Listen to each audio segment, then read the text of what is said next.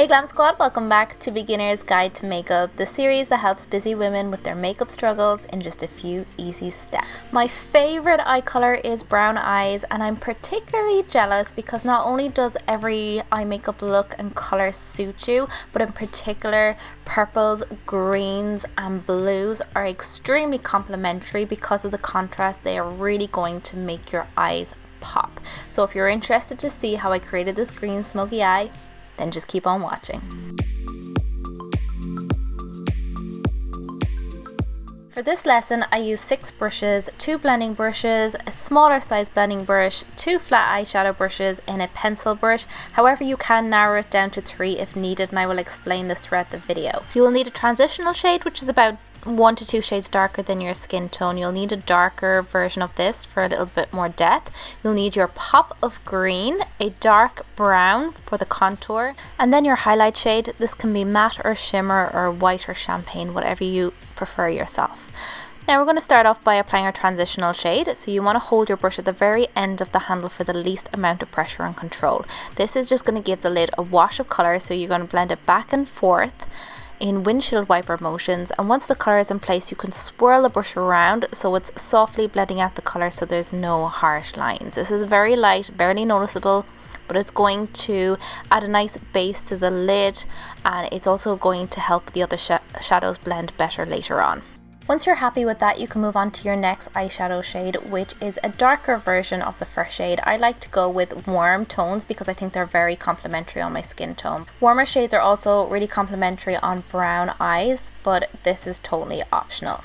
So now you want to take a smaller version of the first brush you use, and the reason for this is because you can get nice and tight between the lid and your crease, and you're going to have more control, so you're not going to go up too far, because the second shade isn't to go as high up as the first shade, because you will be left with harsh lines. So you just want to keep that nice and tight in the crease, so that's the area just above the eyeball. So again, blending back and forth, and then swirl the brush around to make sure the color is nice and soft and blended. Now you want to go in with your green shade, so this can be any green of your choice. You can also choose a purple if you don't want to go for green. And you want to spritz your brush with a little bit of setting spray. This is optional, but it's just going to give the color a lot more vibrancy and really make it pop. Just want to pack this eyeshadow onto the lid. Now I'm using a flat eyeshadow brush for this, and as you can see, it's quite dense and firm, and this is not by accident. I chose this brush because it's so dense and firm. It's really going to pack on the color and really make it pop and look really vibrant compared to if you use a fluffy brush. So that is one of the reasons why I chose this eyeshadow brush. Now you want to go back to your fluffy blending brush, no additional product, and you just want to literally soften out the edges of the green so it's not going to look too harsh. Now we're going to go in with a matte brown eyeshadow, and I'd highly recommend using a matte brown for this because you use a shimmery shade on the lid. If you use a shimmery brown, it's just going to blend into the green and it's not going to give you the effect that you want for this look.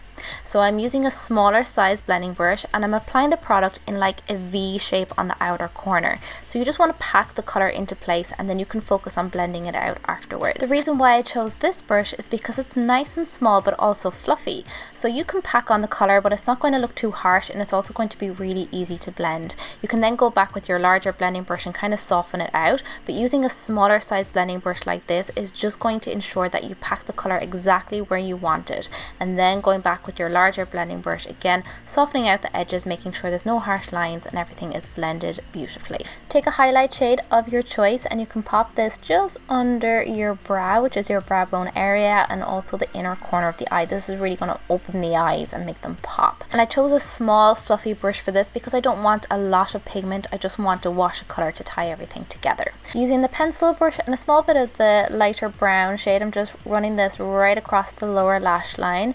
Now you can go in with the dark brown, but I chose to go in with the green just to tie it all together, and I'm just running this across the lower lash line just to tie the whole look together and add that pop of green to the lower lash line as well. And then you can finish off with mascara and liner in the waterline if you wish. I'd highly recommend using black liner in the waterline because it's going to give you that really sultry, sexy kind of smoky eye vibe.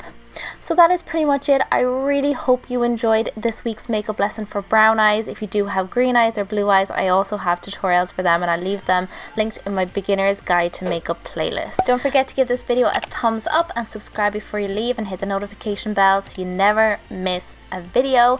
My question for you is, what eye color do you have, and what is your favorite eye makeup look to rock? Don't forget to check back next Tuesday for another beginner's guide to makeup video. Have a great week, and I hope I get to see you in my next one.